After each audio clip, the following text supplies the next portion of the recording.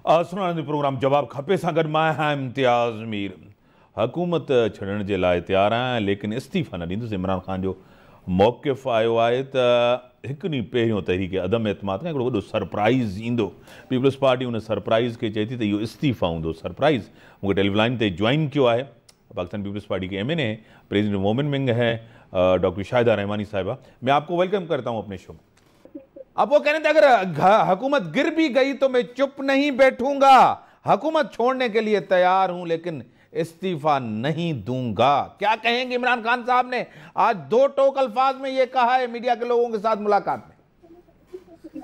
बहुत शुक्रिया हमदर्द। देखें, सबसे पहली बात तो ये कि ये घबरा भी गए, ये आवाम को कहते थे घबराना नहीं, बौखला भी गए और इस वक्त इन पे पागलपन का जो है वो दौरा सवार हुआ है, क्योंकि इख्तिदार जाते हुए देख रहे रेत की तरह फिसल रहा है इनके हाथ से इख्तिदार। वो जो कहते थे कि मेरे खिलाफ चंद लोग अगर निकल आए तो मैं उसी दिन इख्तिदार छोड़ के चला जाऊंगा और इस्तीफा दे के चला जाऊंगा, मैं बेगैरत नहीं हूँ। और आज पता चल रहा है कि ये तमाम तर हदूद जो है क्रॉस कर रहे हैं। इन्होंने आइन को पामाल किया, इन्होंने स्पीकर के जरिए जो है आइन को तोड़ा है और जो 14 दिन के अंदर रिक्वेजिशन जमा कराने के अंदर इजलास बुलाना होता है वो इजलास नहीं बुलाया गया, उसको वायलेशन की गई। उसके बाद जो है चोरी और सीना जोरी, यानी एक तरफ इनके अपने अराकीन को इन्होंने 14 अराकीन को शोकास दिया। अब जब ये अपनी अक्सरियत खो चुके हैं तो इनको तो रिजाइन दे देना चाहिए। एक तरफ उनको चोर डाकू और उनको कहते हैं कि जी वो बिक गए हैं, उनके बच्चों की शादियां नहीं होगी तो स्कूल में बच्चे मारेंगे, यानी ऐसे लड़ रहे हैं जैसे सास बहू की या मोहल्ले में लड़ाइयां होती हैं। इनसे पूछें कि इनका जो कैरेक्टर इतना दागदार रहा, इन्होंने कैसे 3-3 शादियां कर ली। तो ये तो उस तरह पे आ गए जो गलियों में लड़ाइयां होती हैं उस तरह से औरतों की तरह बात कर रहे हैं। इनको शर्म आनी चाहिए। चेयरमैन साहब आज बड़े एक गुस्से में खिताब किया है यजीज और फ्रोन की तरफ और गैरत है मुकाबला करें, और उधर कह रहे हैं खान साहब के मैं एक दिन पहले बड़ा सरप्राइज दूंगा। क्या कहेंगे? बस वो सरप्राइज जल्दी आने वाला है। कल जिस उनका रिजाइन आएगा तो सरप्राइज दिया जाएगा। मैं समझती हूँ बिल्कुल नाराजगी और चेयरमैन साहब का बरहम होना बिल्कुल बजाय कि जब आपका जो आप कहते थे कि मेरे खिलाफ चंद लोग निकले, लाखों लोगों का एक मजमा डी चौक पे जमा हुआ, हमने आईनी जमहूरी तरीके से अपना एहतजाज रिकॉर्ड कराया, उसके बाद हमने पार्लिमानी तरीक़ेकार को अपनाते हुए अपने रिक्वेजिशन सबमिट कराई अदम एतमाद की। वो 14 दिन के अंदर आपने देखा था कि जब हमने 8 तारीख को ये सबमिट कराई तो 9 को इमरान खान कहते मैं तो इंतजार कर रहा था, आए मैं इनको इबरतनाक शिकस्त दूंगा, कल मैं फौरी तौर पे इजलास बुलाऊंगा। और आज जो है आप देखेंगे 16 दिन गुजर गए, इन्होंने 14 दिन के अंदर जो बुलाना था वो नहीं बुलाया। अब ये बढ़के मार रहे हैं, अब ये चाहते हैं कि इंतशार हो, इंसर्जेंसी हो मुल्क में। कभी कहते हैं मेरे शेरू तैयार हो रहे हैं, कभी कहते हैं मेरे टाइगर तैयार हो रहे हैं, उनके डंडों को उनको डंडा दे के भेजा जाएगा। तो इसका क्या मतलब है कि आप अनारकी फैलाना चाहते हैं, मुल्क में इंतशार फैलाना चाहते हैं। हुकूमत का तो काम होता है कि स्मूथ तरीके से ट्रांजेक्शन ऑफ पावर हो। जिस तरीके से अगर हमने मोशन मूव किया है, आप इजलास बुलाते हैं, आपकी अक्सरियत थी, आप पेश हो जाते हैं, अक्सरियत नहीं थी आप हट जाते हैं। लेकिन आपने उन तमाम तरीक़ेकार को जो है ये सोचा कि मैं बादशाह सलामत हूँ।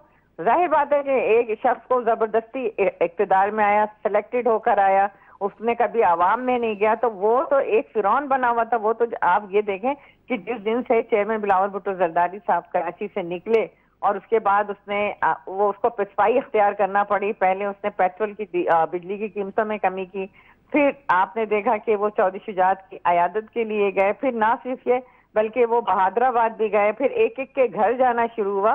तो इतना तो हमने इनके जो अकड़ है चेयरमैन साहब ने वो खत्म की, लेकिन इंशाअल्लाह ताला अब ये रिजाइन भी देके जाएगा। ठीक है, आपने तो एक तरफ तो ये बात, दूसरी तरफ जिस तरह शुरू से कहा जा रहा था कि पैसे नहीं लिए जो मुनहरफ हुए हैं और कान वो उन्होंने पैसा नहीं लिया, एक बात कही जाए थी, काफ़ी लोग आए, एक तो कुरान पाक पे हाथ रख कर भी उन्होंने कहा कि हमने कोई पैसे नहीं लिए। आज उनके बड़े एक जो आपको बताया अली मोहम्मद खान साहब, वो उनके बड़े एक जो है वफाकी वज़ीर भी हैं आई थिंक स्टेट के, उन्होंने भी ये कहा है कि अक्सरियत ने पैसे नहीं लिए और जो अक्सरियत लोग जो नाराज़ हैं, जिनकी अक्सरियत है वो नाराज़ हैं, कुछ लोगों ने पैसे लिए हैं। क्या कहेंगे?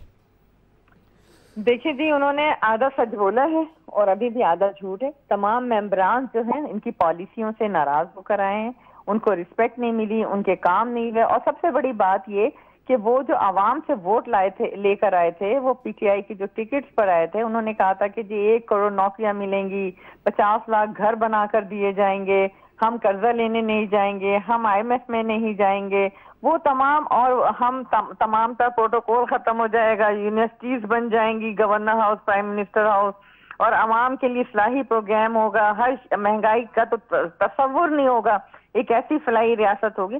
अब वो किस मुंह से जाएं, क्योंकि तारीख की बदतरीन महंगाई हो गई है। डॉलर की कीमत इस वक्त तारीख की बुलंद तरीन सतह पे पहुंच चुकी है। इस वक्त आप ये देखें कि कर्जा तारीख की बुलंद तरीन सतह पे पहुंच चुका है, जितना आपने कर्जा लिया, ज़राअत तबाह, मईशत तबाह, फॉरेन पॉलिसी तबाह। वो किस मुंह से अवाम में वोट लेने जाएंगे?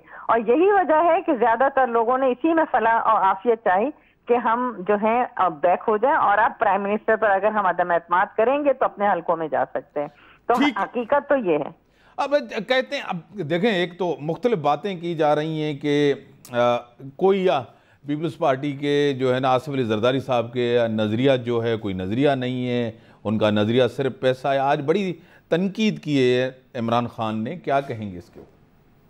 देखिए, दुनिया ने देखा कि वो लोग जो कहते थे कि हम पेट फाड़ देंगे, हम सड़कों पे घसीटेंगे, हम गले से हमें पट्टे डाल के खींचेंगे, आखिर जब बुरा वक्त आया, चाहे इमरान खान का धरना हो, चाहे अभी जो भी सियासत का मौका आता है, वो उस सियासत के उस्ताद कहलाए जाते हैं। और जिस तरीके से हर शख्स उनकी इज्जत करता है, ये उनकी फहम फरासत है, मुदब्बराना सियासत है कि वो सियासत को बड़े खुश उसलूबी के साथ, बहुत फहम फरासत के साथ करते हैं। और आपने देखा कि जब हम सादा अक्सरियत में 2008 से 13 थे, उस वक्त प्रेसिडेंट थे, उन्होंने अपनी तमाम तर पार पार्लियामेंट को दी, इदारों को दी, इदारों को मुस्तहकम किया, इदारों को जवाबदा बनाया, और उन्होंने उनकी ही ये बर्दाश्त थी, सब्र था, तहम्मुल था कि उस वक्त मीडिया ट्रायल भी किया जाता था पीपल्स पार्टी के खिलाफ।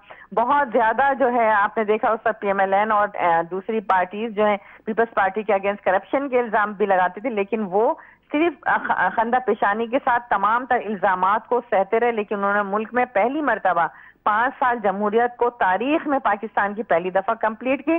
फिर स्मूथ तरीके से आपने देखा कि ट्रांजैक्शन ऑफ पावर हुई, जब हमें बहुत तहफ़्फ़ुज़ात थे। इलेक्शन जो था वो हमें इलेक्शन के नताइज पे थे, जिसका उन्होंने खुद पार्लियामेंट के इजलास में तस्करा किया।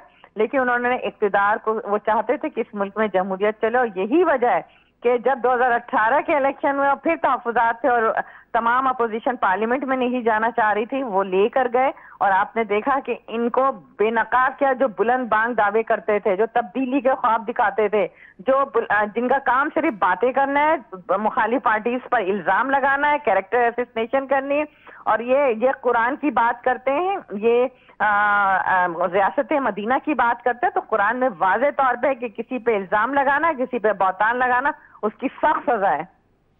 बड़ी मेहरबानी डॉक्टर शाहिदा रहमानी साहबा, जो मौक़िफ़ था ॿुधो, क्लियर मौक़िफ़ हो हुन जो, त उन पंहिंजी पार्टी जे हवाले सां सूरत हाल ते ॾिनो। बिग जो टाइम थियो ब्रेक।